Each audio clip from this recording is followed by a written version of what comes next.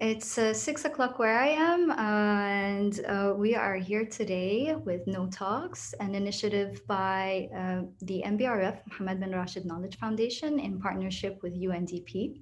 I'm present here today with a special guest, Jeff Maggioncalda. Thank you so much for joining us. Jeff is the CEO of Coursera.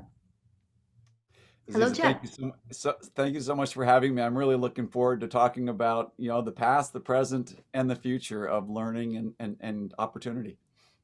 Well, thank you for being here. I'd love to know more about your work and the role that you're playing during these new times that we're in. So maybe you could tell us a bit more about Coursera and how you help businesses, governments, and universities upskill and reskill. Yeah, so the company was founded in 2012 by two Stanford professors, Daphne Koller and Andrew Ng, and they're both computer scientists. Andrew is very famous. He started Google Brain, and then he went on to head the AI division at Baidu in China.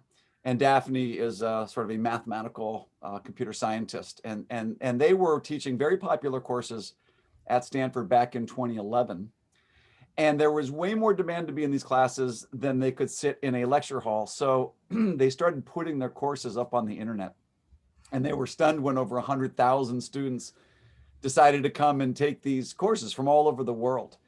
And so they teamed up and thought, there might be an opportunity here with cloud computing and high bandwidth and the ability to have webcams to start transforming higher education and making more available to more people high quality education. So they got this started in 2012. Coursera was initially sort of jump started by 5 universities. It was Stanford, Duke, Yale, Michigan, and Penn. And what was really interesting about it is these schools were looking for ways to serve more learners around the world. And they realized that they could create, video lectures. They were the very primitive, some people call them MOOCs, massively open online courses, and post these on Coursera. And it started attracting a global audience. And initially, it wasn't necessarily going to be a business, but then there was a lot of demand for this. So that was 9 years ago. And over the last 9 years, kind of all elements of the business have grown. So we've grown from the initial, couple 100,000 learners to now 82 million learners around the world. And yeah, 80% of them are from outside the US. And I'm sure we'll talk about what's happened during the pandemic, but one little data point is that going into 2020, we had about 47 million learners who had registered.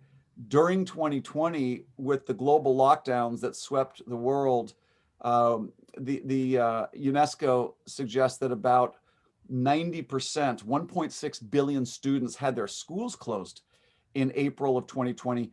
We saw a lot of demand for online learning. So 30 million additional people came to Coursera during 2020. It was obviously, there's a lot of demand for online learning. With the partnerships have grown from those 5 universities to now over 160 universities and 60 industry partners. So this is, courses being published by a UPenn or a University of Michigan or an HEC business school in France. The universities are all over the world. And there are also courses being published now by Google and by Facebook and by Microsoft and by IBM and Alibaba. So a lot of technology companies are now creating courses as well. And then to your point, so I think of the business as kind of three sides. It has the learners, it has the educators, and then the institutions. And the institutions, really, we started serving institutions about 6 years ago. We launched something called Coursera for Business. We saw a lot of businesses. It started with L'Oreal in Paris. They were doing a lot of skilling and upskilling of their employees, and they didn't want to make all the content themselves. And they saw that our partners had created thousands of courses on advanced topics like machine learning. And so they started saying, hey, can we buy Coursera for our own business? That has turned into a business now that serves over 2,000 companies around the world who are trying to reskill people into new careers and teach them new skills. A year after that, we launched Coursera for Government. And by the way, our biggest customer across all of our business at Coursera is the Abu Dhabi School of Government. So we have been in the UAE for many years now and serving folks in the Abu Dhabi School of Government. This is a program that the Abu Dhabi government uses to upskill people who work for the government. And during the pandemic, we did a lot with governments that we can talk about. And then the final piece of the institutional offering is what we call Coursera for Campus. What we realized is that, definitely a lot of individuals come to Coursera, straight away. A lot of businesses hire Coursera to upskill their people. Governments are turning to Coursera to help reskill people who have become unemployed during the pandemic and cannot go to a place to learn because of lockdown. And then universities can now use Coursera so that their professors can use courses made by other universities to help teach online topics that are in high demand. And so it's really expanded in the last, I've been here for now 4 years, but it's really been expanding since it started 9 years ago. What an amazing story. So you've got the top universities, top institutions, and strongest governments on board on your platform. You've got the increased numbers during COVID. So you've got the initial validation 9 years ago, and then even more validation when the world needed it most during this pandemic.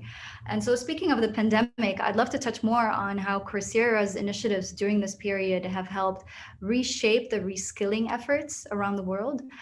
So what have you seen in terms of changes in the skills that were needed during the pandemic, and how has Coursera helped? Yeah, so it was interesting. We have one of our partners is Duke University.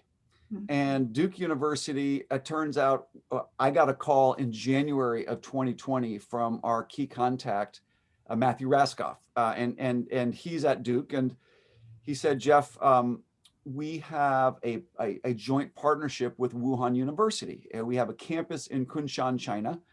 And I was sort of paying attention a little bit to what was happening with COVID. But not a lot. I thought it was going to be a little bit like MERS or SARS, or more of a regional sort of viral outbreak. And he said, well, our campus in Kunshan just closed. Turns out Matthew Raskoff and Duke were one of the first universities to beta test Coursera for Campus. And so they knew about this offering for universities. And he said, we need to use Coursera for Campus because all of our professors have been quarantined and all of our students have been quarantined. And so they can't go to campus. And so I called up our other partners and I said, look, one of our university partners is in trouble. We want to offer a free version of Coursera for Campus to all the students at the Duke Kunshan, Wuhan University joint venture. Everybody was very helpful, and the university partner said, yeah, let's do it. And so we started offering that just for Duke in January of 2020. And little did we know that there was going to be, a lot more contagion. Well, then I was at Rice University in late February. And of course, we're kind of keeping our eye on what's happening because clearly if schools shut down, the need for online learning would presumably go up. And I was at Rice and I was heading to the airport and I heard that the Prime Minister Abe in Japan was closing all schools in Japan. And so I wrote an email to the executive team and I said, look, guys, now the Olympics obviously was being planned. So I figured that Japan was being a little bit cautious, but I said, I think that maybe this virus is going to spread, become a pandemic. And if that happens, many countries will follow Japan and we might see schools around the world close. And that's what ended up happening. So, in April, about 1.6 billion students from 190 countries had their campuses closed. And what we did as an executive team at Coursera is we said, well, look, what we did for Duke when they had to close their Kunshan campus, maybe we should do this for every school in the world. At the time, we only had 30 customers using Coursera for Campus. It was brand new. We had launched it in Delhi, in India in October of 2019. And then 4 months later, a pandemic breaks out. And so we put together an offering. One of the things that we had to figure out was how can we do this and allow universities to sign up themselves and actually, set it up themselves with no help from us, because we figured with 26,000 universities out there, this could get pretty busy. Our university partners were very happy to say, let's help all universities in the world get free access to Coursera during this period where schools are closing. We launched this in early March, and we went from 30 academic institutions using Coursera for Campus to 4,000 within 7 months. And this served over 8 million students who enrolled in almost 30 million courses in just 7 months during the pandemic. And That so is that was, yeah, so amazing. the first big initiative, we call that the Campus Response Initiative, which is like helping campuses that were closed. And then as we sort of thought about what's probably going to happen here, we knew that the first wave was really about health and safety and trying to flatten the curve and keep people, from overtaxing hospital capacity. We figured that the next big wave was going to be the closure of campuses and offices. And we could talk a little bit maybe about what businesses did during COVID. But then we figured that the third big wave would probably be unemployment. I mean, especially with frontline jobs in retail, tourism, hotel accommodation, food service. We figured there's going to be a lot of unemployment. And we knew that governments were going to be tasked with trying to get people reskilled. And we figured that the kinds of jobs that would still be available would be digital jobs that you can do from home. And so trying to skill people into digital jobs is what we really focused on. So in April, we said, well, that Coursera workforce, the Campus Response Initiative was so successful. Let's do a free version of Coursera for government, for any government in the world, for anybody in the world who's unemployed. And so we launched this in April, and then we had hundreds of governments sign up, and we served over 1 million unemployed people around the world, and whole countries signed up for it. The country of Barbados offers it to every one of their citizens.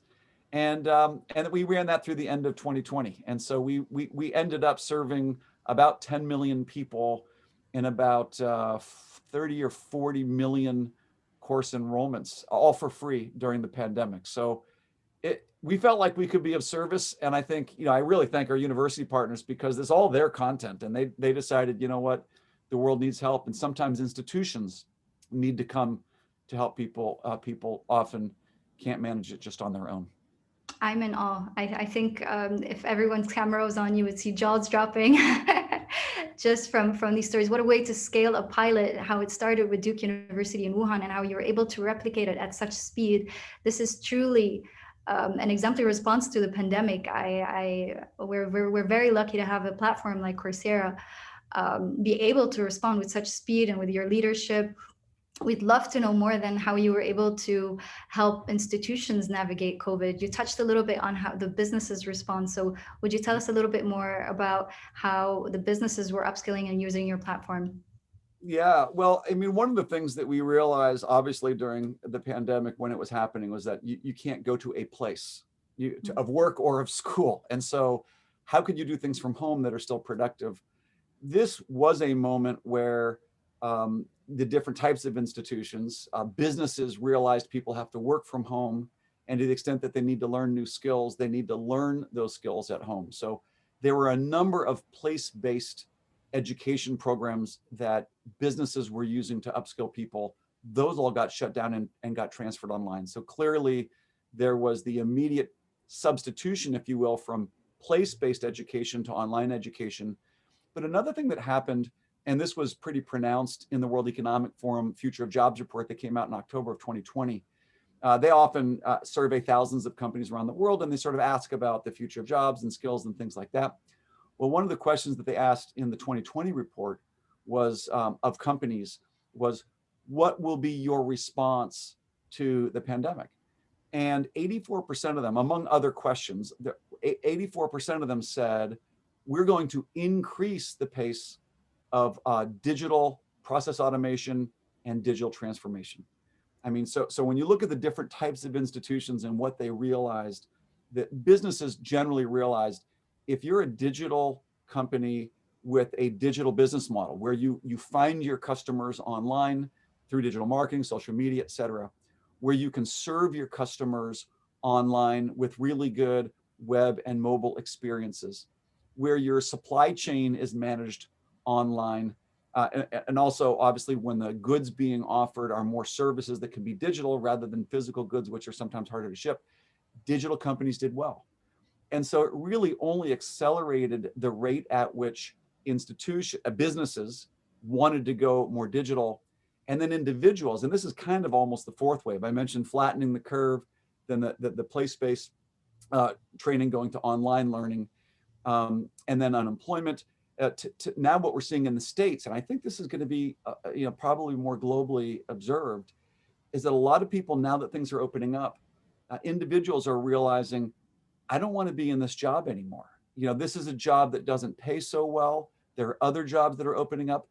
These digital jobs that you can do from home or do from any place give more flexibility, better pay. They have more opportunity over the longer term. So now we're starting to see in the States, they're calling it, in the media, they're calling it the Great Resignation. There are estimates that 40%, I don't know if this will come to pass, that 40% of people will quit their job and move to a new career. And so now we're seeing a great reskilling as not only businesses think about how to transform into digital businesses, but individuals start thinking about how to transform their careers into more digital careers that are more flexible, that they pay better, and they have better longer term opportunities. So we're excited to see where the world goes. And we think this, you mentioned this platform. I mean, the business model does have a lot to do with having a global capacity to address a world that's changing so quickly. Absolutely, and I've read in The Economist. So many people, like you said, individuals, are realizing that I don't need to be in a cubicle in an office space in a building to be able to do my job. I could do it from anywhere, and with COVID, everybody's become accustomed to this work-life balance that they're no longer willing to give that up to come into the office and have a 9 to 5 job. And so I'm imagining that a lot of companies around the world will have to accommodate to that. And so with that, I'd like to ask, how do you feel Coursera is driving value for companies in a world where everything is becoming remote? So how are you helping companies become more accustomed to becoming remote and having remote workers, and encouraging them to bring individuals that value work-life balance and who want to continue on this path of the flexible hours of remote work?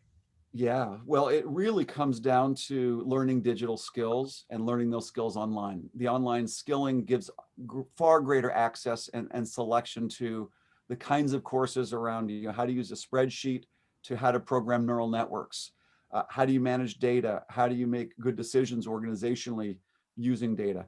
These are all the kinds of things that businesses are looking at. And to some degree, I kind of back up and say, like, what's really going on here?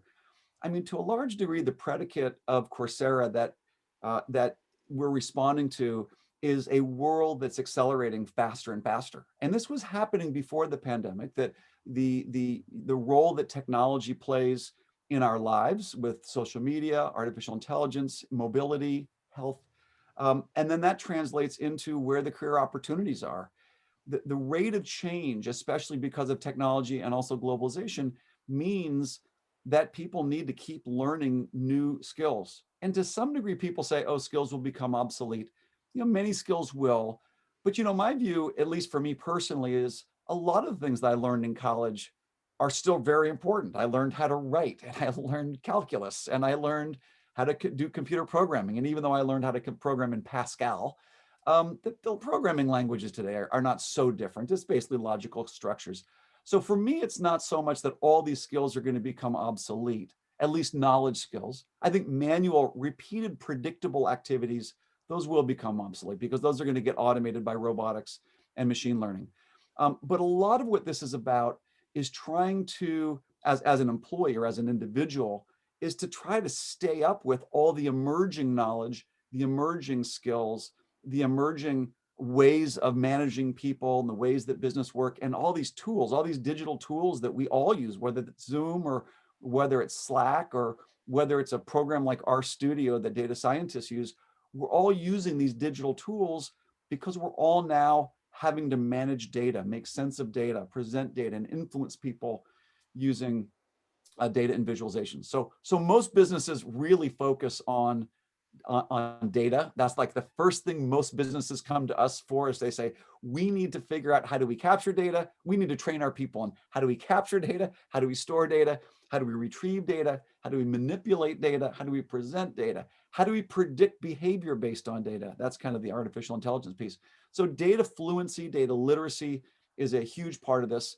And then cloud computing is also just a major phenomenon that is causing the creation of so much data. But how do we move more of our technology stack into the cloud, whether that's AWS or whether that's Microsoft Azure or whether that's Alibaba Cloud, and how do you protect that data with cybersecurity? How do you use that data to attract customers and build products and experiences and manage supply chains? This is all happening in the cloud. And now what's happening is a convergence where the cloud is giving the ability to capture and store vast amounts of data. The cloud also gives what people call elastic compute. So kind of infinite amounts of compute power, which is what you need to build these AI models. You need data, you need models, and you need compute. And what the cloud does is allow you to capture and store vast amounts of data. It allows you to build models that are now, they call it ML ops, machine learning operations. There's much more structured ways of building machine learning algorithms. They have infinite compute, so you can run massive amounts of processing on this data to predict behavior. And this conversion of the cloud and AI is creating a demand for skills, that we've never seen before. So that's a lot of what businesses are looking for. And then, of course, there's the old-fashioned soft skills, which is how do you communicate? How do you team up with people? How do you exhibit, critical reasoning and problem solving in a world where there's so much misinformation and increasingly so much mistrust among people? So it's both hard skills and soft skills, but all responsive to a world that's changing faster than ever.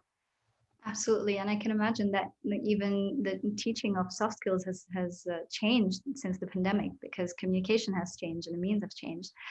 And so you touched a little bit on the global highlights of the skills that are becoming obsolete and the skills that are becoming more needed globally for companies. I know that you publish these results and findings in your global skills report. Would you tell us a little bit more about the most popular courses and skills that are being requested at Coursera, and maybe touch a little bit about the UAE specifically? We'd love to know more about that here in the region. Yeah, great. So we, as you mentioned, we published the Global Skills Report. We've done this now 3 years in a row, and what it is it's a ranking of countries based on the performance of citizens in that country who are on Coursera taking courses. And so when you take a course on Coursera, if you do the paid version where you get a certificate, you have to answer questions and sort of test questions to see whether or not you're learning the material. And we're tracking, every question that someone gets right and wrong. And so we can actually say, oh, this course and this question is testing whether you know this skill or topic, and it has this difficulty rating.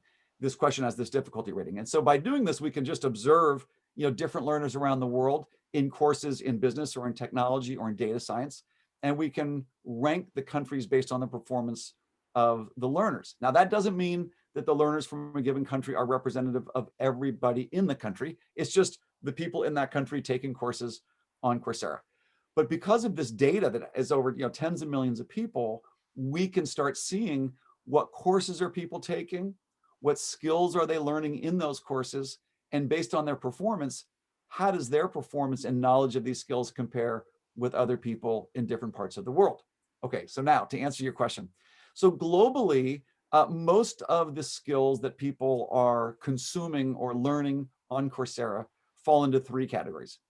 Data science is extremely popular, technology, and then business. Those are the 3 categories. Now, and there's a 4th that's really coming on as we offer more health-related courses, but healthcare is a major industry. It's growing rapidly, lots of job opportunities in healthcare, and healthcare is also being transformed because of technology. And so healthcare will be number 4, but that's not in the Global Skills Report. When we think about the top skills that people are learning in data science, I'll just mention, the top 4 are Python programming, statistical machine learning, probability and statistics, and machine learning. So statistical machine learning is more about how to use a certain software package. Machine learning is just sort of the modeling. In technology, the top 5 are theoretical computer science, C programming, which is a programming language. C is a very efficient programming language. Programming principles, which is sort of the underlying logic of how you program computers. 4 is design and product. And 5 is JavaScript, which is sort of an entry-level programming language that just sort of helps you get started.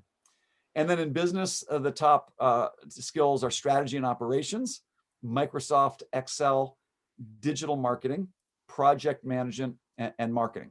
And so that's globally, those are some of the top skills.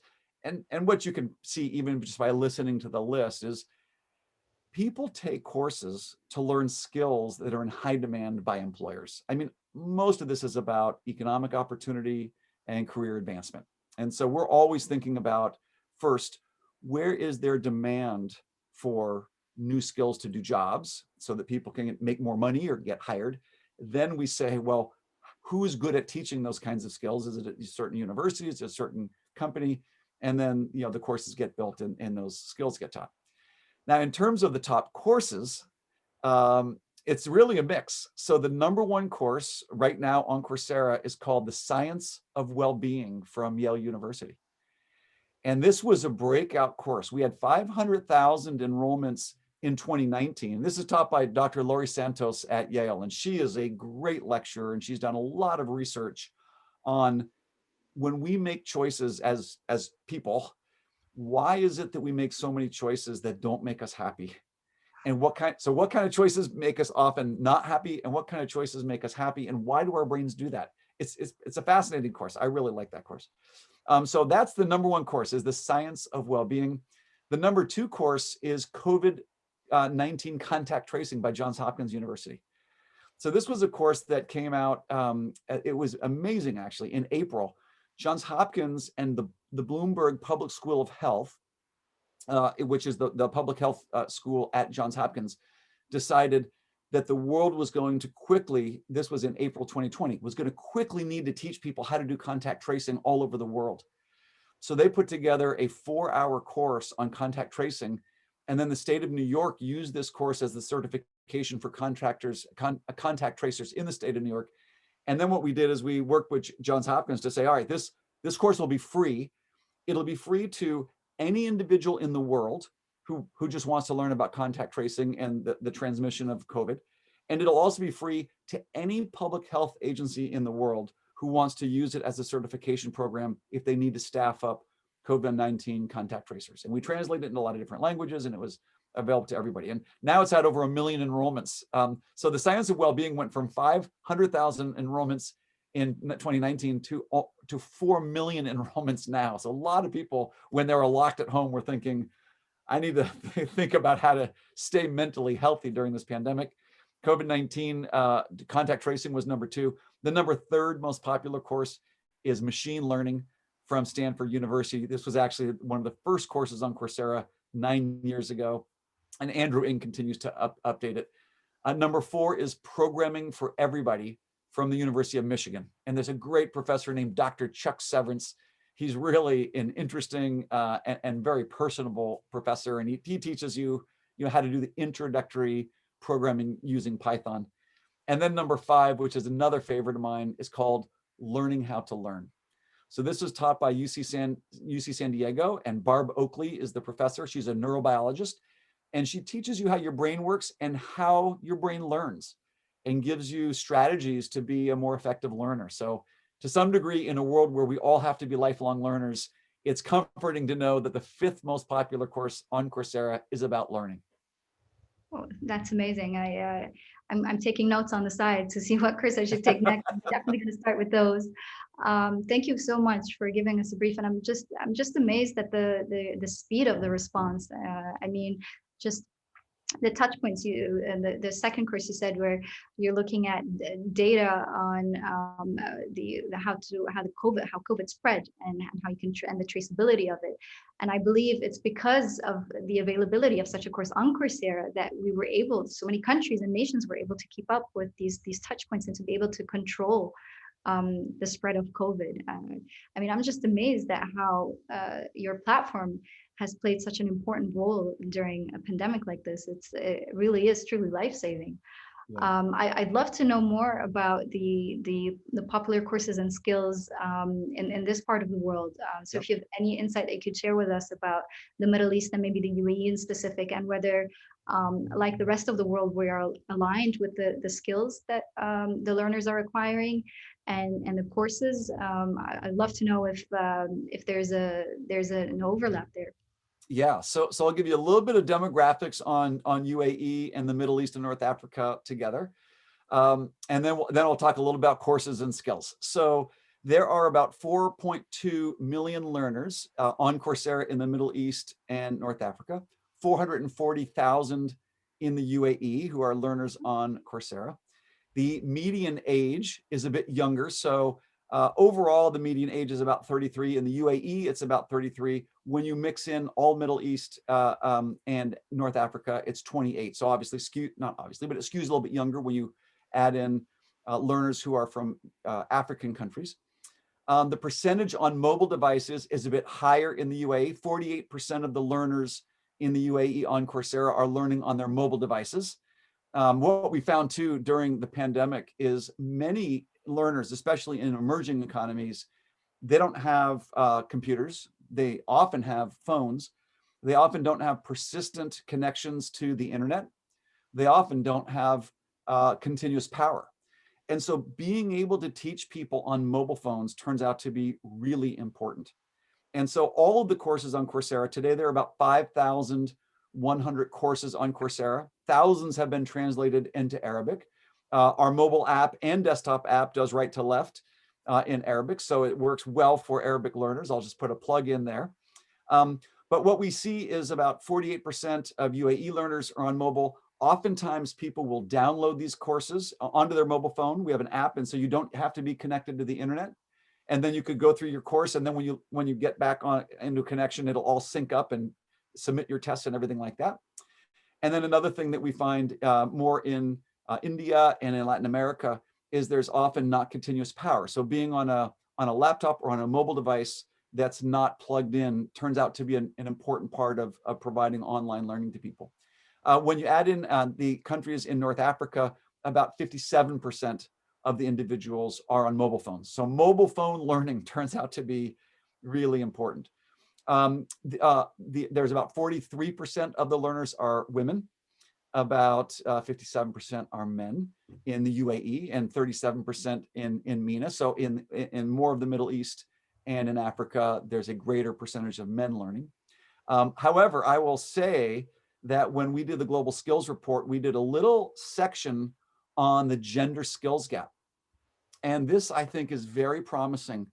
What we noticed during the pandemic is that more women started online learning than pre-pandemic, and that especially in STEM-related courses, so the science and technology courses, there was even a higher increase in the percentage of women taking STEM courses.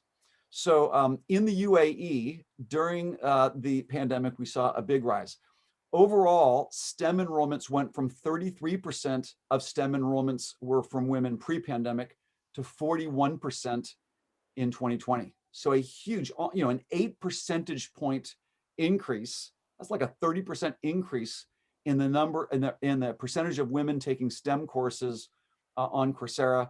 And then overall course enrollments in the UAE went from 39% to 45% women. So it's now approaching 50% women in the UAE learning on Coursera. And that was not true before the pandemic. So one of the things that we're working on now, I mean, just this is, we haven't announced this, but the data science team is like, we should really do a report on women and skills during the pandemic, because a lot of people are talking about, and we've seen this, I've seen this in my family, and I've seen this at Coursera, women who have younger kids during the pandemic were disproportionately bearing the extra effort of childcare when the kids couldn't go to school. And so many women, sort of pulled back from the workplace. And so some people call it the she session, like the recession for women, because a lot of years of increased participation in the labor force by women has been undone, at least temporarily, by the extra childcare.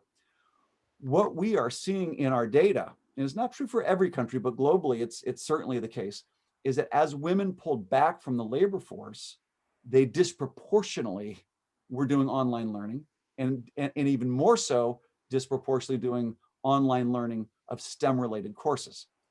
Now, I see a possibility, and this is happening at Coursera as an employer. We have decided, we made this decision in March of 2020, we realized that even when the pandemic passes, we will not require people to come back to work, to an office. We said, you know what? Once people get a taste of this kind of flexibility, they're not going to be wanting to come back 5 days a week. Now, maybe they'll come back 2 days a week if they live near an office. But then another thing that we decided was, well, now that we're all working from home, why wouldn't we expand the labor pool that we can hire from? There are incredibly talented people all over the world, not just near the offices where Coursera, the regions where Coursera has offices. So we really thought it from a talent perspective. We said, we're going to have a work from anywhere policy. We'll still have offices, but you don't have to come there if you don't want. And we're going to start hiring people, even if they don't live next to an office, because there's a lot of really talented people out there. So we are now seeing a major move towards companies embracing work from anywhere policies, at least in the US. What I'm saying is any company who tries to force all of their employees back to work, back to the office 5 days a week, we will be trying to hire all the best people from those companies who don't want to do that. There are going to be a lot of employers who are going to say, look, if you don't want to go back to the office 5 days a week, you could come and work for my company and you could come in 2 days a week or no days a week. So I think that the competition for top talent will force companies to be much more flexible in how they attract top talent. Now, what this might mean for women is a world where, yes, during the pandemic, a disproportionate burden was placed on women.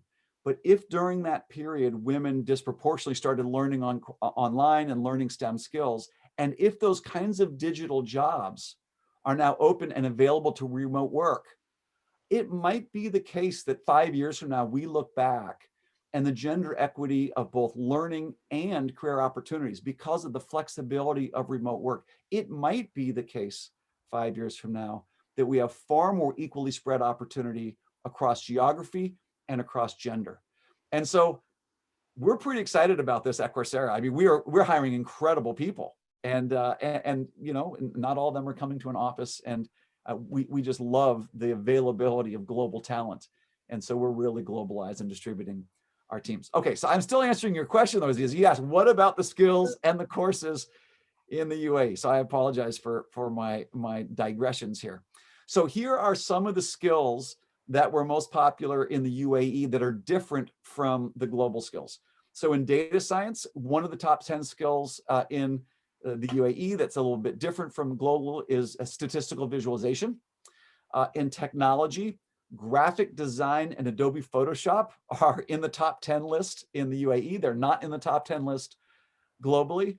And then in business, you know, 9 of the top skills are the same as the overall global top 10, but one, which is human resources, is different from the rest of the world.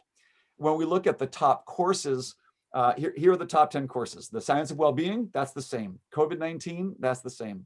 Learning how to learn, that's one of the top 10 globally. English for career development, that's one of the top 10 globally. Machine learning, that's one of the top 10 globally. The next one, number 6, is from University of Michigan. This is tops in UAE, but not in the top 10 list globally. It's successful negotiation, essential strategies and skills from University of Michigan. Then we have financial markets from Yale University. That's one of the top 10s. Then at 8 is Excel skills for business. So this is from Macquarie University in Australia. This is a top 10 in UAE, but is not top 10 globally. Then number 9 is programming for everyone in Python. This is one that that we see being a popular one in globally as well. And then number 10, let's just see here. I just lost my place. And number 10 is write professional emails in English from Georgia Tech. And that's one that's most popular in UAE. So the 3 that are tops in UAE, but not the rest of the world, are successful negotiation, Excel skills for business, and writing professional emails. And I think what it really shows is sort of that commercial business inclination of UAE learners, at least those learners that are on Coursera. Absolutely. I see that you can see these trends, and you can almost create an image on where the country is heading by the courses that are popular, by what learners are interested in. What I'm seeing right now is like with Expo happening and then these courses becoming popular, it's creating a story for me. So thank you so much for sharing these insights. And I want to touch more on the diversion that I don't know if you've noticed the smile on my face that it created. I absolutely love hearing that more women were taking courses, especially in the UAE. I really hope that we reach that 50% and beyond. I absolutely believe that women have been excluded from the workplace because of the lack of flexibility in hours, and that the pandemic has proven that anyone could work from home, and work-life balance should not be that difficult to attain, especially for women who do not want to face that choice between wanting to spend time with their children and wanting to continue their careers. And I believe globally, we're missing out on tons of the the value that women can bring into the workplace. I mean, globally, we can see that GDP will rise when more women join the workplace. So thank you so much for the diversion and for the insight that women are becoming more uh, inclined to take courses in STEM, and hopefully with these upskilling and reskilling efforts and opportunities that Coursera provides, we're going to see more women in the workplace. Um, and in that sense, I do believe that COVID has played a role in gender equality, just because women were able to prove the value that they bring to the workplace. Um, and so, touching more on the topic of top talent that is going to become more available to companies to choose from. How about entry level jobs? I see that you've added a section to to your annual report about entry level jobs, and for the first time, the skills that are needed for entry level jobs. Maybe you could tell us a little bit more about that section and why it was added, and the mission behind it.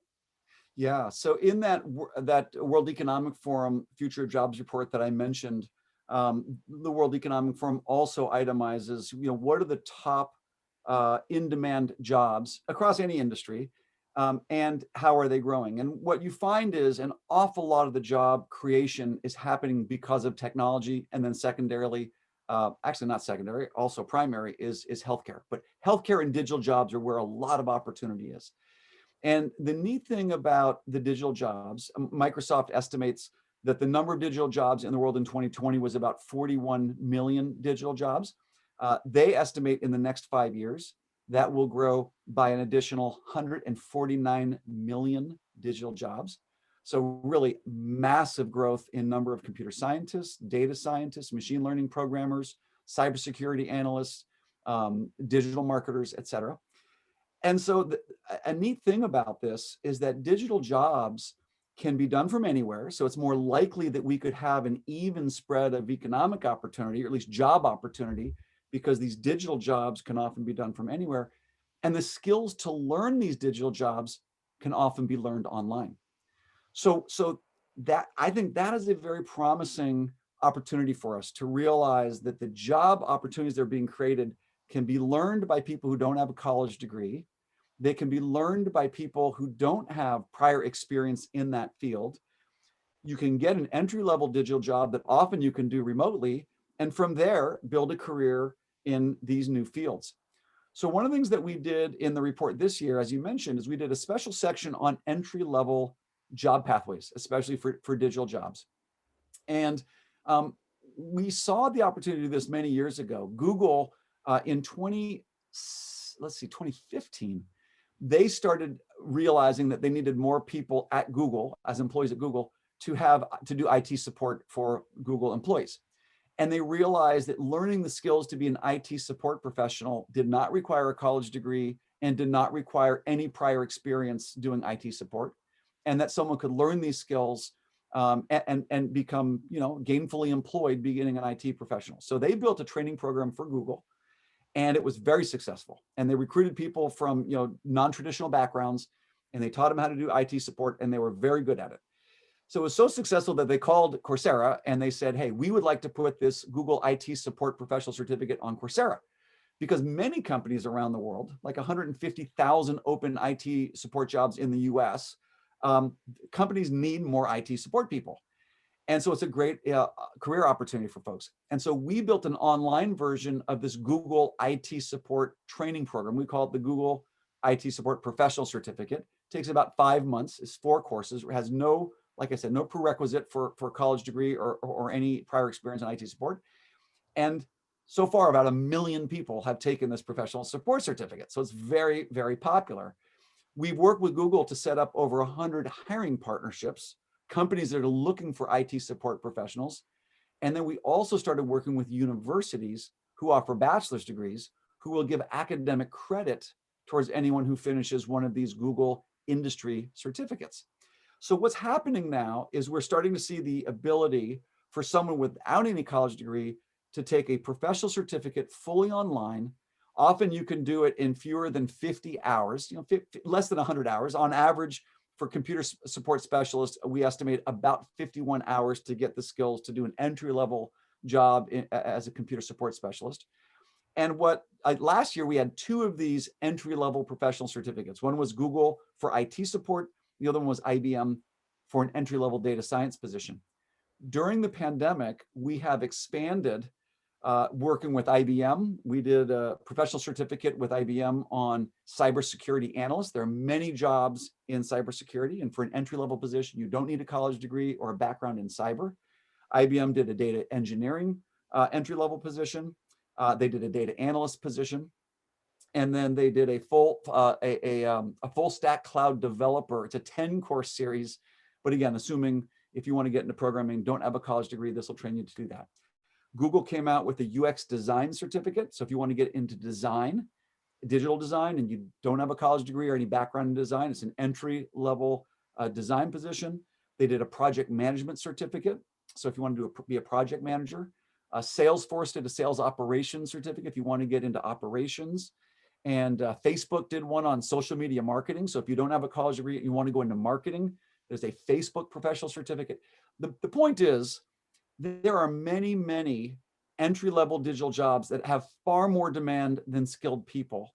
And most people think, I don't have the skills to do that, and I don't have a college degree. So that's not available to me. I can't get a digital career. One of the reasons we put this into the report is to show people that you can get skilled to do an entry-level digital job, of which there's very high demand, and you could do it online, and you could do it usually in about 5 months. And you could even do it while you're working in another job. And so I think there's new opportunities that just didn't exist before. And we put it in here to show the kinds of jobs that are available, the kinds of skills required, and on average, how long does it take for someone to learn those skills to become qualified for these entry-level digital jobs. That's amazing. I can assume that's very empowering, and it's narrowing the skills gap that exists today. So we're coming to about 10 minutes left, and I'll ask one more question from my side, and then I'll open up the Q&A for all of our attendees. And so on the topic of narrowing that skills gap, how do you see Coursera's role in making sure that skills gap doesn't broaden in emerging countries and regions? Would love to touch on that topic, especially during the pandemic, which is very hard on especially the emerging regions more than the more developed economies. So how do you see Coursera's playing a role in narrowing the skills gap during the pandemic in the emerging economies? Yeah, so I think a lot of it our role comes down to a few things. One is access. And when I think of access, I think of both physical access, which means I can learn skills even if there's not a university in my city.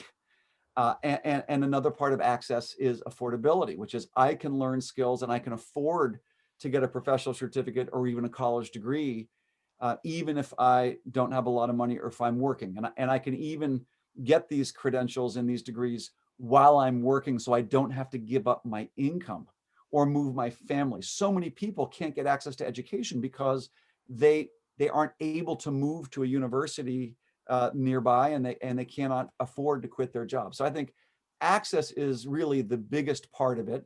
In addition, we want to make sure that we have the right kinds of skills that are going to be relevant to career advancement. So working with our educator partners, both the universities, and you heard a lot of them, and industry partners, and you heard a lot of them.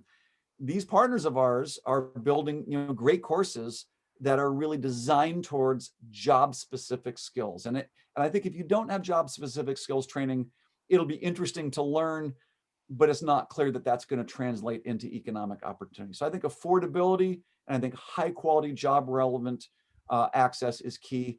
And then the final thing I'll just mention is the role that institutions play. So for the first 3 or 4 years, Coursera was available directly to individuals, only directly available to individuals. And that's important because a lot of individuals don't have institutions that will support them in this. And so they need to go right to Coursera.org or some other online platform for learning. But there's a real role that institutions have to play. Businesses are generally expected by individuals and governments to help in the reskilling of the world, and it's in their own interest. And so businesses can help to develop human capital, can help subsidize the training, and also can help guide people, their employees, to which kinds of skills are going to be valuable to that business. And the skills that will be valuable to the business are generally those skills that will increase human capital. So institutions can help guide people, they can help with affordability, and like with governments and with universities, they can also provide support for learners who maybe don't have the advanced skills and they need to build up more foundational types of skills. So the role that institutions play, I think, is incredibly important. Amazing. Thank you so much. And another point I'd like to add to everyone attending about accessibility per se. Coursera has a lot of courses that are offered with fee waivers, just so they can encourage that accessibility, especially in emerging economies and where it matters. The nonprofit that I was a former board member of just recently signed a partnership with Coursera, providing free courses for marginalized youth and refugees around the world. So thank you for that. Thank you for the emphasis on accessibility. It comes a very long way. Thank you so much, Jeff, for this amazing talk. I'd love to take some questions from the audience. Great. Yeah. So I have some here that touch on the topic of the readiness of companies to accept the candidates with qualifications from e-learning platforms. So how do you see the shift in acknowledging and recognizing credentials and certifications coming out of Coursera? Maybe if we can touch on that point, and if you've seen any shift of companies' perception of learners coming in from platforms like Coursera versus more traditional universities. Well, it's interesting. I mean, when we think about what's happening with Coursera for Business, the companies are directly hiring Coursera so that our partners' content can be used to upskill their own employees. And so clearly companies are saying, I need project management skills, I need data science skills, I need leadership skills, I need cloud computing skills. It is very obvious to companies that these skills are important to their businesses. It is obvious to companies that these skills can be learned online. And so to some degree, companies are saying, I need colleges to actually upskill their own curricular programs to make sure that the graduates have these skills that are really relevant to my business. Now, I don't think the college degrees are going to go away, but I also don't think that they are going to stay the way that they are. My view is that there's this wide and growing spectrum of micro-credentials, these smaller professional certificates and course certificates in particular skill domains like business and technology and data science, and specifically about certain tools and techniques. And that what's happening, and this is happening right now with Coursera for Campus, is universities are integrating these online courses from other universities into their on-campus degree programs. So someone who graduates with a degree increasingly is going to have on their transcript courses that were taken online on Coursera on advanced topics like neural networks and cloud architecture. But they'll also have the ability to signal that they got into that university, they persisted through those 4 years. So I see a world where there's going to be a much wider spectrum of credentials. Employers absolutely will continue to value college degrees, and they will also value those kinds of credentials that say that this employee is an expert in project management or is an expert in UX design, or many other topics that frankly are not broadly taught on university campuses today. And then those campuses will, I think, reinvent the degree so that they're almost a hybrid of a traditional college degree plus these emerging skill credentials. Well, that's absolutely amazing. So I think this is a really great to take note of for everyone attending today and listening. That I mean, Coursera has the private sector companies partners that value the learning that takes place on the Coursera platform. And so you touched a little bit on that, but on the next question. But I'd love to learn more about your outlook into the future and whether you believe that Coursera can continue to grow in the numbers that it has grown post-COVID. So it's a little bit linked to the learners not wanting to go back to the traditional workplace of 9 to 5 post-COVID in terms of employability. Do you see learners having the same kind of reaction to traditional universities versus online learning? So would you probably predict that in the near future, we're going to have the same response with candidates preferring online learning versus going to university, like we see with employees preferring remote work over office hours? I think that there will be some similarities and some differences. So the similarities are, just as we will have many companies having work from any place policies, and that doesn't mean you cannot come into the office. It just means you don't have to come into the office. We're also going to see many more schools saying we're still going to have a campus, but you don't have to come to campus. So who's going to want to come to the office? Generally speaking, younger people who are looking for more of a social environment, and also maybe new leaders that want to get to know people a little bit better. And also maybe people who don't have young children at home. I mean, if you think about it, the people who really value flexibility and don't so much value the social element of being at work will likely choose more of the, work from home. But then even there, it could be flexible. You work at the office 2 days a week, and maybe a month from now you work in the office 3 days a week. So you can certainly be flexible. When it comes to campus, many younger students go to a college campus for the living experience, for that residential experience. Some of them are looking for spouses, and some of them are looking for fun, and some of them are looking to spend time with professors. So I don't think that the campus experience is going to go away. But again, older folks who maybe don't have a college degree, but also have a job and have families, they're not going to go to campus. So I think online learning is an incredible opportunity, in the same way that online work can expand the opportunity set for people to do jobs that they otherwise couldn't have done because they can't move their families.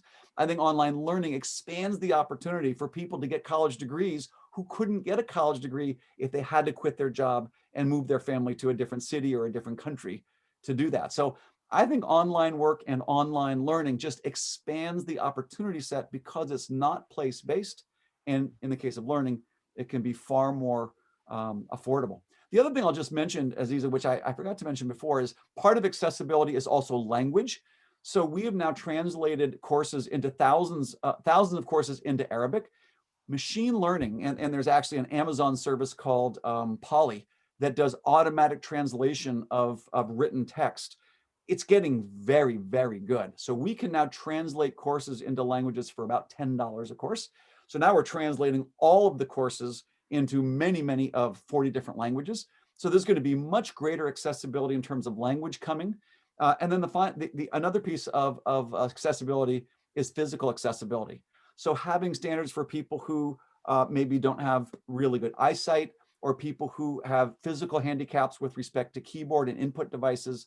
We just published a version of our mobile app and desktop app that is fully accessible compliant by something called WCAG, which is a standard of accessibility for people who have various disabilities. So I think accessibility is also really much higher often when you do it online versus when you have to get in a car and drive someplace and then physically move through an environment in order to learn or in order to work. That's amazing.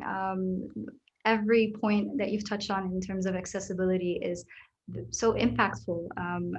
And I'm recalling when you mentioned the mobile optimization, just responsiveness to mobile has played a big role. I can say in this part of the region, especially in war-torn countries and refugee communities, they don't have devices like laptops and iPads. So when the entire world shifted from schools to online learning, refugees were left out because they weren't able to go into these learning centers set up by NGOs, and they don't have the equipment or the infrastructure to have online learning.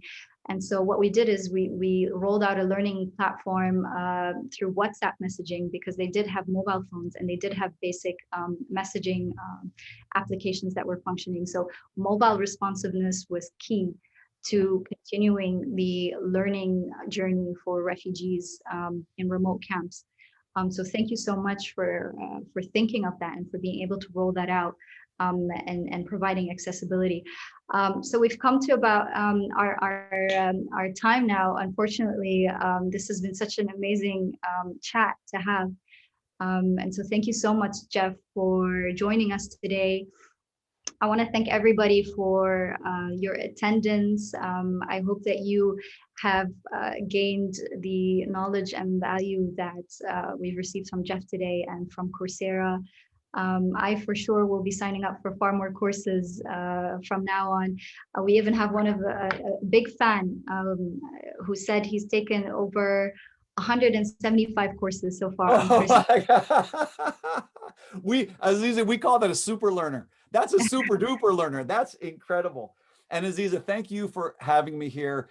You know, I feel like what we can do together, and it really is a collective effort that's happening on this platform, but this is not about Coursera. This is about a community of institutions and individuals working together to create greater access to education and greater access to economic mobility and opportunity. And honestly, I know we have many, many challenges. I think there's so much promise. And it's not just because we're hopeful, it's because we're seeing actual results and we're seeing actual solutions that happen when institutions collaborate and when individuals have greater access to learning and job opportunities. So it's been a real pleasure to be here. Same to you. Thank you so much for joining us today. And I really look forward to working together in the future. So thank you for that. And thank you for everyone, and to MBRF and UNDP for organizing No Talks. Great. Take care. Ciao. Thank you very much. Bye-bye.